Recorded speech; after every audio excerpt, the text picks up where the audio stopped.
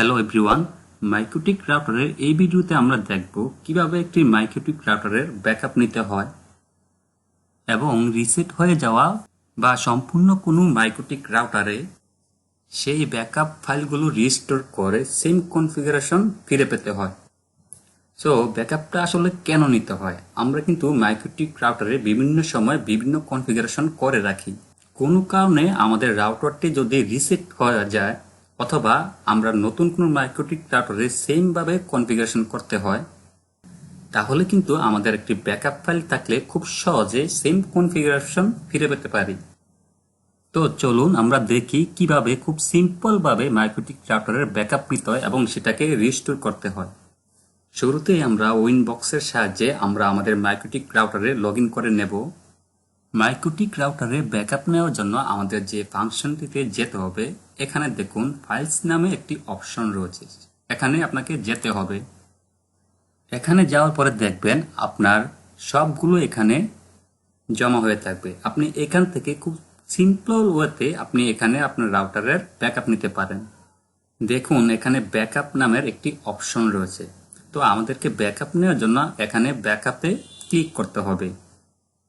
আমি এখানে ব্যাকআপ ফাইলটির নাম দিচ্ছি ব্যাকআপ। আপনারা চাইলে এখানে পাসওয়ার্ড ক্রিয়েট করতে পারেন। আপনারা যদি পাসওয়ার্ড দিয়ে দেন তাহলে আপনার ব্যাকআপ ফাইলটিতে সেম পাসওয়ার্ড দিতে হবে। আমি এখানে পাসওয়ার্ড দিচ্ছি না। এখানে দেখুন ব্যাকআপ অপশনে ক্লিক করতে হবে। তাহলে দেখুন খুব সিম্পলি ভাবে আমাদের ব্যাকআপ ফাইলটি ক্রিয়েট হয়ে গেল।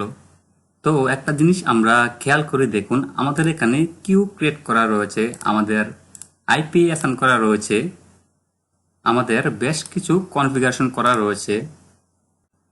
ব্যাকআপ ক্রিয়েট করার পর আমরা যে কাজটি করতে পারি, আমরা সিম্পলি ড্রাগ এন্ড ড্রপ করে আমাদের উইন্ডোজের যে কোনো জায়গা, আমাদের যে কোনো হার্ড ড্রাইভে আমরা রেখে দিতে পারি। এটা হচ্ছে আমাদের বেসিক্যালি ব্যাকআপ নেওয়ার প্রসিডিউর। এখন যদি আমরা ব্যাকআপ ফাইলটি রিস্টোর করে পুনরায় আগের অবস্থায় ফিরে পেতে চাই, আমরা কিভাবে এটাকে রিস্টোর করব, সেই রিস্টোরটাও আমরা দেখি কিভাবে এটা আমরা রিস্টোর করব। তো আমরা রাউটার থেকে বের হয়ে যাই, আমরা আবার লগ ইন করি।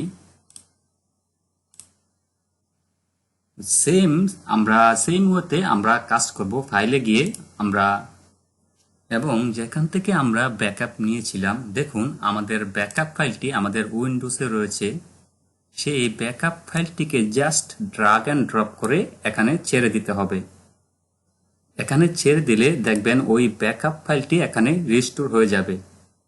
তো রিস্টোর যাওয়া ফাইলটি এখানে ক্লিক করে এখানে দেখবেন জাস্ট আপনি রিস্টোর অপশন রয়েছে, এখানে ক্লিক করবেন। দেখুন আমাদের ব্যাকআপ নামে ফাইলটির নাম এখানে রয়েছে।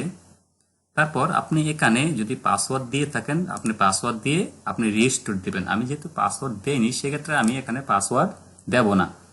রিস্টোর দেন ইয়েসে ক্লিক করবেন। রিস্টোর করার পরে আপনার রাউটারটি অটোমেটিক রিস্টার নেবে, অথবা আপনি ম্যানুয়ালিও রিস্টার করে নিতে পারেন। আপনার রাউটারটি যখন পুনরায় অন হবে, তখন আপনি রাউটারটিতে যখন অ্যাক্সেস করবেন, তখন আপনি দেখতে পারবেন যে আপনার সেম আগের কনফিগারেশন হয়ে গেছে।